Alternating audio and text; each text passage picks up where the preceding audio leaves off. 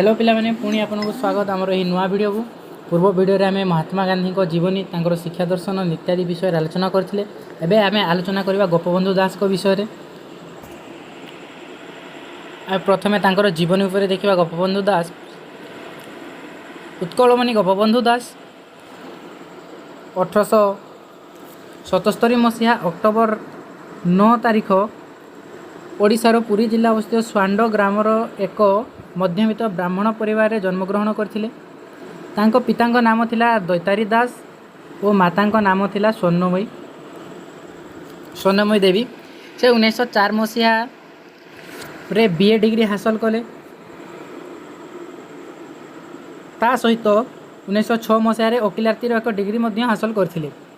एकाधार से समाज सेवक, स्वाधीनता संग्रामी, राजनीतिज्ञ, शिक्षाविद, राष्ट्र निर्माता पे देखो ये केते गुडे क्वेश्चन पलि आसला। सर्ट क्वेश्चन आपर उत्कलमणि गोपबंधु केबे जन्मग्रहण करथिले यह एक सर्ट क्वेश्चन हम जोटा कि दार आंसर हो 1877 मसीहा अक्टोबर 9 तारिख। कौटी जन्म करथिले ना ओडिशार पुरी जिले में अवस्थित स्वांड ग्रामर एक मध्यवित्त ब्राह्मण परिवार जन्मग्रहण। तांको पिता थिले दैतारी दास और माता नाम थिला स्वर्णमयी देवी। से केबे पिले बीए डिग्री हासिल कले ना बीए डिग्री से 1904 हासिल कले और यह सहित 1906 मसीह वकिलाती एक डिग्री हासिल करथिले। से एकाधार कौन कौन थे पे जन समाज सेवक, समाज सेवा को भल पाते, स्वाधीनता संग्रामी थे, राजनीतिज्ञ थे, शिक्षाविद और राष्ट्र निर्माता थे। मुक्त आकाश रे खला स्थान रे सुंदर परिवेश शिक्षादान उपर गुरुत्व दे से ओडिशार साक्षीगोपाल निकटरे सत्यवादी वन विद्यालय प्रतिष्ठा करते। से पिला माने कोठी सत्यवादी वन विद्यालय ना साक्षीगोपाल निकटरे करथिले। कोठी साक्षीगोपाल निकटरे सत्यवादी वन विद्यालय प्रतिष्ठा करथिले। रवींद्रनाथंकर शिक्षा दर्शन तांको अनुप्राणित करथिला। रवींद्रनाथ टागोर पिला माने तांकर शिक्षा दर्शन आम एक्सट्रा स्टोरी रही है। शिक्षा दर्शन जहाँ गोपबंधु अनुप्राणित होते। जीवन दर्शन रे ईश्वर थिले दिग्दर्शक। मानव प्रीति थिला तांको जीवन दर्शन अन्य एक पिंड पिले एठारे देना जोटा आमर मुख्य होची मानव प्रीति थिला तांको जीवन दर्शन अन्य एक पिंड। केवल मानव प्रीति नथिला जीवन दर्शन पचारि दिए पिला माने परीक्षा रे 3 मार्किया गोपबंधु को जीवन दर्शन उपर आलोकपात कर बोली कहबो किंबा गोपबंधु को जीवन दर्शन दर्शाओ बोली देव 3 मार्किया क्वेश्चन। एठरे गोटे पॉइंट देछि केवल मानव प्रीति। देख पिले मानव प्रीति गोपबंधु सत्य दया क्षमार अवतार थिले एवं तांको मानव प्रीति और अति मानवीय गुण पर सर्वत्र परिचित थे। से कहते मानव सेवा ही माधव सेवा। यह गोटे पॉइंट लिखिपारे। तापर अन्य एक पॉइंट पारे जीवन दर्शन अन्य एक पॉइंट कौन बोले समाज सेवा। मनीष दुखरे दुखी हेबा और सहानुभूति प्रदर्शन करी दुख दुर्विपाक समय सेमानकर सेवा करबा तांको जीवन विशेषत्व थिला। एही मानव सेवा को से भगवत सेवा भाव में विचार करुले। यह पे गोटे पॉइंट होगा कौन समाज सेवा। तांकर जीवन दर्शन गुड़ाक 2टा पॉइंट। गोटे कौन है प्रथमटा है मानव प्रीति। मानव प्रीति पिला माने कौन प्रथम मानव प्रीति। द्वितीय कौन आसो पिला माने समाज सेवा।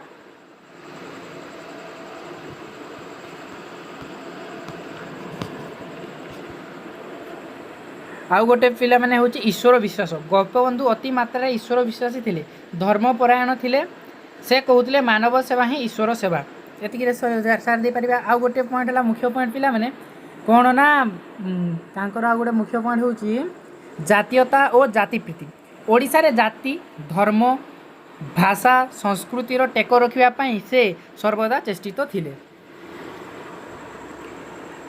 से जातीय चेतना, जातीय चरित्र और जातीय भावधारार विकास पर अधिक गुरुत्व प्रदान करते। यह आप गोटे पॉइंट लिखिदे। आपको केतरा पॉइंट कहली पिला माने ना 4टा पॉइंट कहली। जीवन दर्शन पिला माने पड़े 3 मार्किया। प्रथम कौन एक मानव प्रीति। आप गोटे पॉइंट कौन लिखे मानव प्रीति। द्वितीय पॉइंट कौन है आप समाज सेवा। तृतीय पॉइंट कौन आसला ना ईश्वर विश्वास। चतुर्थ पॉइंट कौन आसला पिला माने जातीयता और जातिप्रीति। यहाँ आप 4टा पॉइंट लिखिपारे। 3 मार्किया आसे कौन तांकर जीवन दर्शन उपर बुझिपारे। तापर आम आलोचना करबा नेक्स्ट तांकर गला जीवनी गला जीवन दर्शन गला शिक्षा दर्शन शिक्षार अर्थ लक्ष्य और वैशिष्ट्य।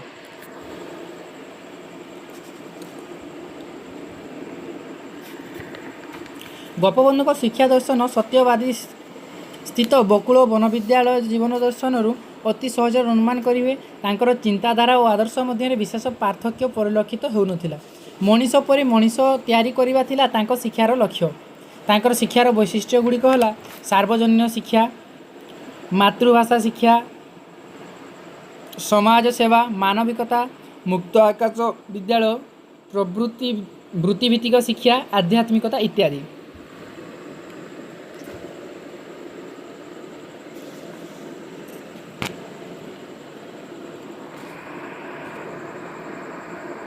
तो नेक्स्ट कौन रही पे देखा सत्यवादी वन विद्यालय।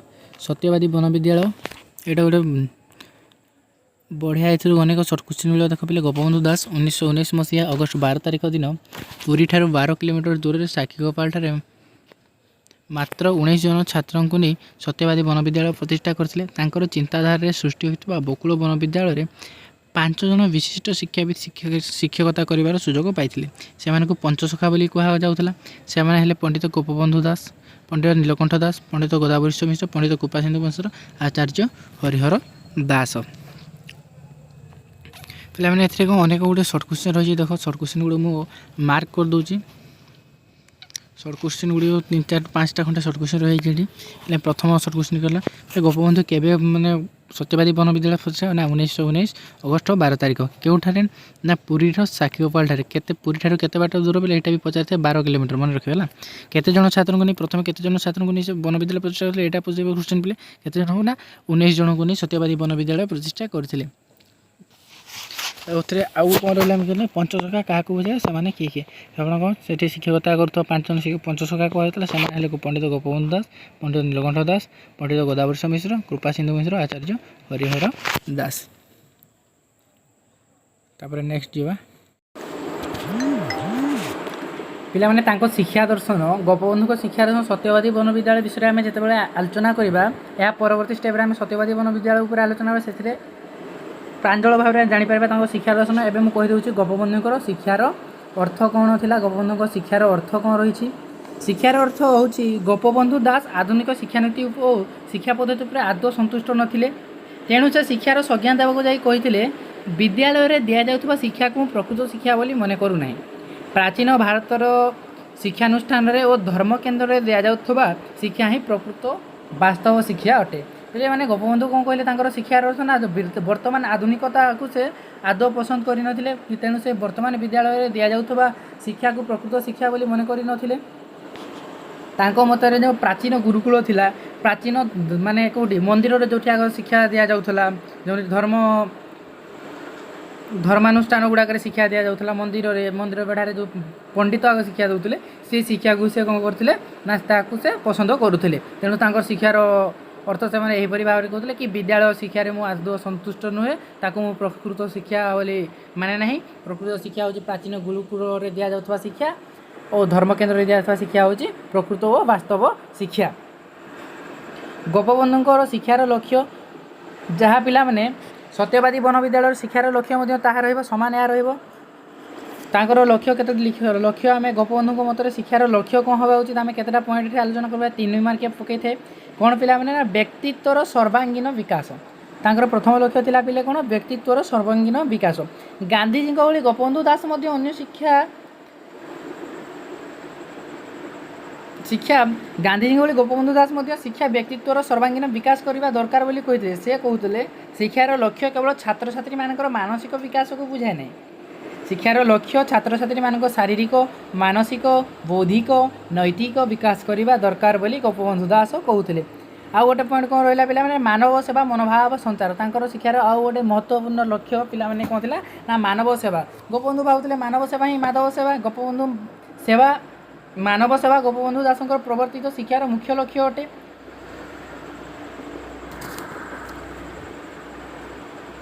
तेणु से कहते शिक्षार लक्ष्य से कहते कौन मानव सेवा ही माधव सेवा। तेणु शिक्षार छात्र छात्री मानक ठारे दलप्रीति, सहयोगिता, स्वार्थ त्याग, सहानुभूति और सहनशीलता आदि विकास कर से सेवा मनोभाव सृष्टि करते। कौटी पिला साक्षीगोपाल वन विद्यालय जो यही सब शिक्षार लक्ष्य से साधित होता। आउ कौन पिला रहा सार्वजनीन शिक्षा। तांकर अन्य एक मुख्य लक्ष्य थिला पिला माने सेतेबेले समस्त को शिक्षित करने दिगरे यही पॉइंट विशेष भाव में सहायक होता। कौन सार्वजनीन शिक्षा सार्वजनिक शिक्षा कले समस्त को जाति धर्म वर्ण और लिंग निर्विशेष समस्त को शिक्षा देवा उचित। शिक्षा प्रत्येक व्यक्तिर जन्मगत अधिकार तेणु गोपबंधु मत शिक्षा सार्वजनिक और वैतनिक हवा उचित जहाँफल समाज प्रत्येक स्तर लोकों मध्य साम्य प्रतिष्ठा हो पार समस्ते शिक्षा पाइपर। पिला आउ कौन तार मुख्य लक्ष्य थे आउ गोटे मुख्य लक्ष्य रहा चरित्र गठन। गोपबंधु कहते कथा थिले था पछे गुण हजार चरित्र नथिले सबु असार। यहाँ पिला आम नीतिबाणी कथा संस्कृत साहित्य ओडिया साहित्य सबुठी शुणा मिले गाँ गहली ढेक पढ़ी मारती। तेणु से शिक्षार गोटे मुख्य दिग कौन थे ना चरित्र गठन। छात्र छात्री मानक मध्य विभिन्न भल गुण यथा सत्यवादिता साहाय्य मनोभाव समानुवर्तिता साधुता इत्यादि गुण सृष्टि करने गोपबंधु शिक्षार एक अन्य लक्ष्य थिला जहाँफल छात्र छात्री माने चरित्रवान हो पारे। आउ गोटे पिले कौन थी यार लक्ष्य ना आध्यात्मिकतार विकास। आध्यात्मिकतार विकास कौन पिला माने शिक्षा मनुष्य को पशुतुल्य नक धर्म साधन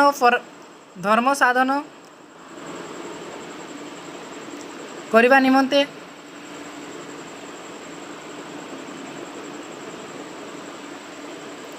शिक्षा मनुष्य को पशुतुल्य नक धर्म साधन परायण करने उचित। यह शिक्षार्थी मन में आध्यात्मिकता चेतना सृष्टि करें।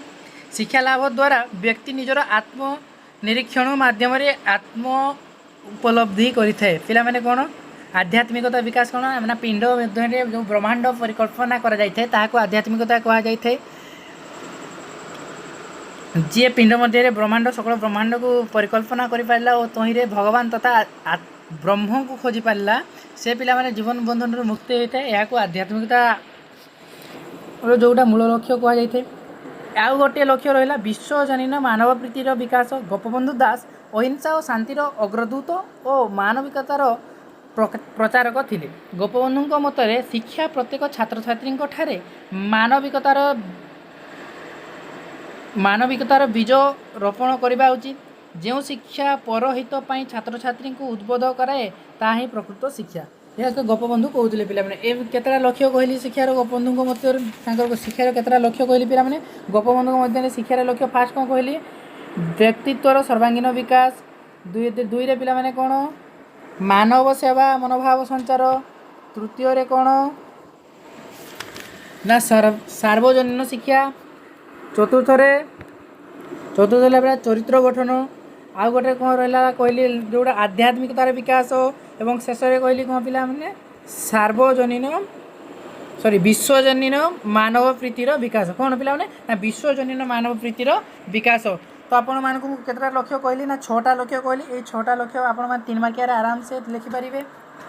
5 मार्किया क्वेश्चन भी आसुची बोधे 5 मार्किया भी लिखिपारे।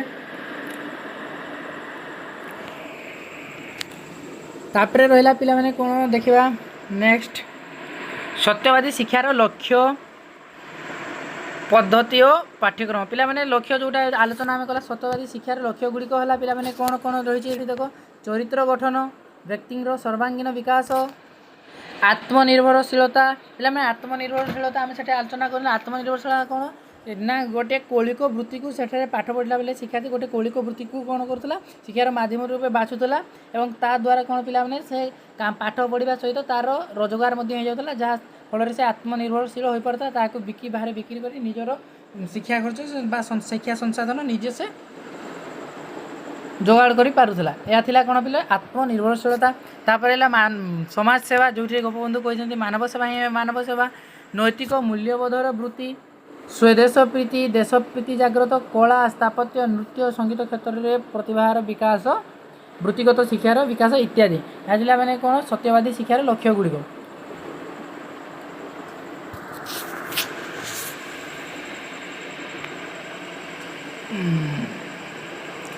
गोपबंधु प्रचलित वन विद्यालय सेपरी किसी निर्दिष्ट शिक्षण पद्धति प्रचलित होउनथिला। गोपबंधु वक्तृता प्रणाली अपेक्षा प्रश्नोत्तर प्रणाली को अधिक गुरुत्व देउथिले। से कहते गुरुकुल आश्रम शिक्षा प्रणाली उपरे से कौन से गुरुकुल आश्रम शिक्षा प्रणाली उपरे गुरुत्व देउथिले। प्रचलित पाठ्यक्रम पाठ्यक्रम कौन थिला बेला ना मातृभाषा विज्ञान गणित सामाजिक विज्ञान धर्म समाज सेवा सूताकटा बगीचा काम इत्यादि पिले कौन थिला कर्मानुभूति किसी शिक्षा रही है। ये शिक्षादान प्रणाली कौन थिला ଗୋପବନ୍ଧୁ ଶିକ୍ଷାଦାନ ପ୍ରଣାଳୀ ଗୋପବନ୍ଧୁ ଦାସ ଆଧୁନିକ ଯୁଗରେ ପ୍ରଚଳିତ ଶିକ୍ଷାଦାନ ପ୍ରଣାଳୀ ପଦ୍ଧତି ଉପରେ ଆଦୌ ସନ୍ତୁଷ୍ଟ ନଥିଲେ। ସେ ଅତୀତରେ ଗୁରୁକୁଳ ଆଶ୍ରମରେ ପ୍ରଚଳିତ ଶିକ୍ଷାଦାନ ପଦ୍ଧତିକୁ ସର୍ବଦା ସ୍ୱାଗତ କରୁଥିଲେ। ଶିକ୍ଷକ ଓ ଶିକ୍ଷାର୍ଥୀଙ୍କ ଉତ୍ତମ ସମ୍ବନ୍ଧ ଏବଂ ସହଯୋଗିତା ମାଧ୍ୟମରେ ଶିକ୍ଷାଦାନ କରିବାକୁ ଗୋପବନ୍ଧୁ ଉଚିତ ଭାବୁଥିଲେ। ଶିକ୍ଷାଦାନକୁ ସରସ ସୁନ୍ଦର କରିବାକୁ ହେଲେ ବକ୍ତୃତା ପ୍ରଣାଳୀ ଯେ ଉପଯୁକ୍ତ ତାହା ସେ ଭାବୁନଥିଲେ। ଏହା ସହିତ ସେ ପ୍ରଶ୍ନ ଉତ୍ତର ପଦ୍ଧତି, ଆଲୋଚନା ପଦ୍ଧତି, ସମସ୍ୟା ସମାଧାନ ପଦ୍ଧତି, ଆବିଷ୍କାର ପଦ୍ଧତି, କ୍ରୀଡ଼ା ଓ ଗଳ୍ପ କଥନ ପଦ୍ଧତି ଉପରେ ଗୁରୁତ୍ୱ ଆରୋପ କରୁଥିଲେ। ଏହିପରି ଭାବେ ସେ କ'ଣ କରୁଥିଲେ ପିଲାମାନେ, ଶିକ୍ଷାଦାନ ପ୍ରଣାଳୀଟି ତାଙ୍କର ଏହିପରି ଥିଲା। ଆଉ ପାଠ୍ୟକ୍ରମରେ ତ ଏହା ବ୍ୟତୀତ ଦେଖ ପାଠ୍ୟକ୍ରମରେ କ'ଣ ଥିଲା, ଗୋପବନ୍ଧୁ ମତରେ ପାଠ୍ୟକ୍ରମ ଅନମନୀୟ ଓ ପୁସ୍ତକ ବିହୀନ ନ ହୋଇ ନମନୀୟ ଓ କ୍ରିୟାଶୀଳ ହେବା ଉଚିତ। ପିଲାମାନେ ଅନମନୀୟ ନ ହୋଇ ମାନେ ଗୋଟେ ଯେଉଁଟାକି ବଦଳା ଯାଇପାରିବ ନାହିଁ, ତାଙ୍କ ମତରେ କ'ଣ ନମନୀୟ, ଯେଉଁଠି ଭୁଲ ଥିବ ତାକୁ ବଦଳା ଯାଇପାରିବ, ଏବଂ ପୁସ୍ତକ ବିହୀନ ନ ହୋଇ ମାନେ ବିନା ପୁସ୍ତକ ମାନେ ପୁସ୍ତକ ସହିତ ବହି ସହିତ ପାଠ ପଢ଼ାଇ କ୍ରିୟାଶୀଳ ହେବା ଆବଶ୍ୟକ। ମାନେ କ'ଣ, ପାଠ ଆମେ ବହି ପଢ଼ିଦେଲେ ତାପରେ ସେଇଟା ବହିରେ ଘୋଷିଦେଲେ ଯାଇକି ଲେଖିଦେଲେ, ସେମିତି ନାହିଁ। ପିଲାମାନେ କ୍ରିୟାଶୀଳ ମାନେ ପାଠ ଯାହା ପଢ଼ିଲା ତା ପ୍ରକୃତ ଜୀବନରେ ଯେମିତିକି କ'ଣ ୟୁଟିଲାଇଜ୍ କରିବାକୁ କ୍ରିୟାଶୀଳ କୁହାଯିବ ହେଲା। ତାଙ୍କ ମତରେ ପାଠ୍ୟକ୍ରମରେ ବିଭିନ୍ନ ପାଠ ବିଷୟ ପଢ଼ାଇବାରେ ସୀମାବଦ୍ଧ ହେବା ଉଚିତ ନୁହେଁ। ପାଠ୍ୟକ୍ରମ ଏଭଳି ଭାବରେ ସଂଗଠନ କରିବା ଉଚିତ ଯାହାଫଳରେ ଶିକ୍ଷାର୍ଥୀର ବ୍ୟକ୍ତିତ୍ୱର ସୁଷମ ବିକାଶ ହୋଇପାରିବ ଏବଂ ଏକ ଆଦର୍ଶ ବ୍ୟକ୍ତିରେ ପରିଣତ ହୋଇପାରିବ। ସତ୍ୟବାଦୀ ବନବିଦ୍ୟାଳୟ ପାଇଁ ଗଣିତ, ସ୍ୱାସ୍ଥ୍ୟରକ୍ଷା, ଶରୀର ବିଜ୍ଞାନ, ରାଜନୀତି ବିଜ୍ଞାନ, ଅର୍ଥନୀତି, ସଂସ୍କୃତ, ଇଂରାଜୀ, ହିନ୍ଦୀ, ଭୂଗୋଳ, ଇତିହାସ ପ୍ରଭୃତି ପାଠ୍ୟ ବିଷୟ ବ୍ୟତୀତ ଅନ୍ୟାନ୍ୟ ସହପାଠ୍ୟ କାର୍ଯ୍ୟକ୍ରମ ଯେପରିକି ଆମେ ଆଲୋଚନା ଚକ୍ର, ସମାଜ ସେବା, ସଙ୍ଗୀତ, ନାଟକ, କ୍ରୀଡ଼ା, ବ୍ୟାୟାମ ଆଦିରେ ସ୍ଥାନ ପାଇଥିଲା। ବୁଝିପାରିଲେ ପିଲାମାନେ? ନେକ୍ସଟ ଆମେ ଯିବା, ଏଠି ଦେଇନି କ'ଣ ଆଉ ଗୋଟେ ପିଲା ଶିକ୍ଷକଙ୍କର ଭୂମିକା। ଗୋପବନ୍ଧୁଙ୍କ ଶିକ୍ଷା ଦର୍ଶନରେ ଶିକ୍ଷକଙ୍କର ସ୍ଥାନ ବହୁ ଉଚ୍ଚରେ ଥିଲା। କ'ଣ ପିଲାମାନେ, ନା ଶିକ୍ଷକଙ୍କର ଭୂମିକା।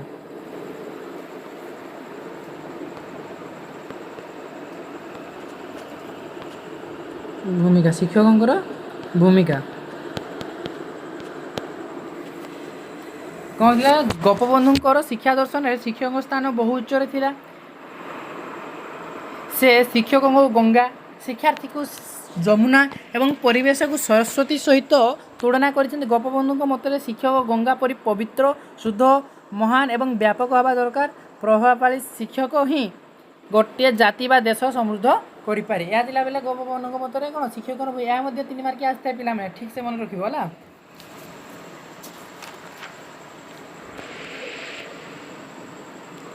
ଏହାପରେ କ'ଣ ରହିଲା ପିଲାମାନେ, ଆମର ନେକ୍ସଟ ରହୁଛି ସତ୍ୟବାଦୀ ବନବିଦ୍ୟାଳୟର କ'ଣ ପିଲାମାନେ, ନା ଅଧପତନର କାରଣ। ସତ୍ୟବାଦୀ ବନବିଦ୍ୟାଳୟର ଅଧପତନ କିପରି ହେଲା? ସତ୍ୟବାଦୀ ବନବିଦ୍ୟାଳୟ ଅଧପତନ ଘଟିବାର ଅନେକ ଗୁଡ଼ିଏ କାରଣ ରହିଛି। ଏହା ମଧ୍ୟରୁ କେତେକ ମୁଖ୍ୟ କାରଣ ହେଲା କ'ଣ ପିଲାମାନେ, ଗୋପବନ୍ଧୁଙ୍କର ଅକାଳ ମୃତ୍ୟୁ, ଅର୍ଥନୈତିକ ସମସ୍ୟା, ଗୋପବନ୍ଧୁଙ୍କର ସ୍ୱାଧୀନତା ସଂଗ୍ରାମରେ ଅଂଶଗ୍ରହଣ, ସରକାରୀ ଅନୁଦାନ ଅଭାବ, ସ୍ଥାନୀୟ ଲୋକଙ୍କର ବିରୋଧ ମନୋଭାବ, ଉପଯୁକ୍ତ ଶିକ୍ଷକଙ୍କର ଅଭାବ।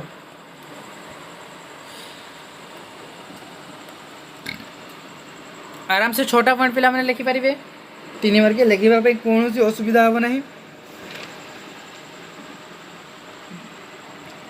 ଆପଣ 3 ମାର୍କିଆ ହେଲେ ଏଥିରୁ କେତେଟା ପଏଣ୍ଟ ଆପଣ କ'ଣ କରିବାକୁ ପଡ଼ିବ, ନା ଡେସ୍କ୍ରାଇବ୍ କରିବାକୁ ପଡ଼ିବ। ମୁଁ ସେଥିରୁ କେତେଟା ପାଇଁ ଆପଣଙ୍କୁ ଏଠୁ କହିଦେଉଛି। ପରିସର, ଏଠି ଯେଉଁଟା ଦେଇଛି ସ୍ଥାନୀୟ ଲୋକଙ୍କ ବିରୋଧ ମନୋଭାବ। ବିଦ୍ୟାଳୟଟି ସମ୍ପୂର୍ଣ୍ଣ ରୂପେ ପୁରୀର ନୈଷ୍ଠିକ କ'ଣ ପିଲାମାନେ, ବିଦ୍ୟାଳୟଟି କେଉଁଠି ଥିଲା? ପୁରୀର ସାକ୍ଷୀଗୋପାଳରେ ଥିଲା।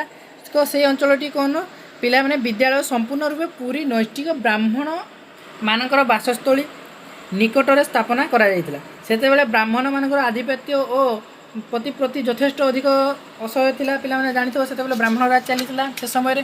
ମାତ୍ର ଏହି ଶିକ୍ଷା ଅନୁଷ୍ଠାନରେ କ'ଣ ପିଲାମାନେ, ଜାତି, ବର୍ଣ୍ଣ, ଧର୍ମ, ଲିଙ୍ଗ ନିର୍ବିଶେଷରେ ସମସ୍ତେ ପିଲା ପାଠ ପଢ଼ୁଥିଲେ। ଯାହାଫଳରେ ଅନୁଷ୍ଠାନଟି ସମ୍ପୂର୍ଣ୍ଣ ରୂପେ କ'ଣ ସ୍ଥାନୀୟ ବ୍ରାହ୍ମଣଙ୍କର ଚକ୍ଷୁଶୂଳ ହୋଇଥିଲା ଏବଂ ସେମାନେ ପ୍ରତି ସମର୍ଥନ ନଥିଲା। ପୁନଶ୍ଚ 1912 ମସିହା ମାର୍ଚ୍ଚ 12ରେ ସେଠାରେ କ'ଣ ନିଆଁ ଲଗାଇ ଦେଇଥିଲେ, ଯାହାଦ୍ୱାରା ବହୁ ସମ୍ପତ୍ତି ନଷ୍ଟ ହୋଇଥିଲା किंतु बहु कष्ट यह पुणी थे गढ़ा जाता पे 1912 एटा सर्ट क्वेश्चन आसे मन रखी तो पे केते ना 1912 मार्च 12 केते पिला माने 1912 मार्च कौन 12 मार्च 12 कौन करते निआ लगे कौन करते निआ लगे 1912 मार्च 12 कौन करते निआ लगे जहाँ पुणी थे गढ़ी उठी कौन स्थानीय लोकों विरोध मनोभाव है तापर कौन रहा गोपबंधु अकाल मृत्यु गोपबंधु मरवा पर यार नेतृत्व ठीक भाव में तुला जा पारा ना जहाँफल विद्यालयटी संपूर्ण भाव ठीक से चली पारा ना तापर कौन पे अर्थनैतिक समस्या पे अर्थनैतिक परवर्ती समय गोपबंधु सरकारी अनुदान प्रत्याख्यान करते एक स्वयं शासित शिक्षानुष्ठान करने को चाहते कौन पे शिक्षा जिते इंग्रेज सरकार अनुदान दौले से अनुदान देले कौन होता इंग्रेज शिक्षानीति अनुसार एटर पाठ पढ़ाई पड़े किंतु गोपबंधु ताहा चाह नथिले ताको एक स्वयं शासित अनुष्ठान करने को चाहिए शिक्षार्थी मानक कौन अर्थ आदान माने शिक्षार्थी ठार कौन अर्थ नि जाऊना जहाँफल शिक्षा अनुष्ठान परिचय कला निमंते अर्थर अभाव एक मुख्य प्रतिबंधक होता कौन तापर पे गोपबंधुंकर स्वाधीनता संग्राम में अंशग्रहण पे गोपबंधु जानी से आमर इंडिया फ्रीडम मूवमेंट चलता तेणु गोपबंधु सेठारे से कौन करते योगदान करते जहाँफल से विद्यालय को यथेष समय दे पार नथिले सरकार अनुदान अभाव जहाँ गोपबंधु प्रत्याख्यान करते पूर्व आलोचना करते उपयुक्त शिक्षकों अभाव यह गोटे पॉइंट तो पिला माने आज वीडियो रे आम आलोचना कला कौन गोपबंधुंकर